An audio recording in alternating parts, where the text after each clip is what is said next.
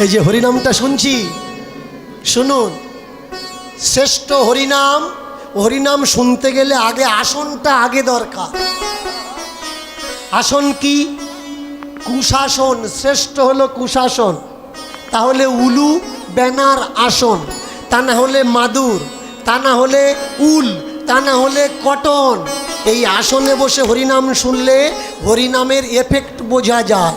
কিন্তু বর্তমান সময়ে হরিনাম শোনার যে আসন, নিজেকে প্রশ্ন করুন, কোথায় বসে আছেন? চপ্পলের উপরে না আসনের উপরে?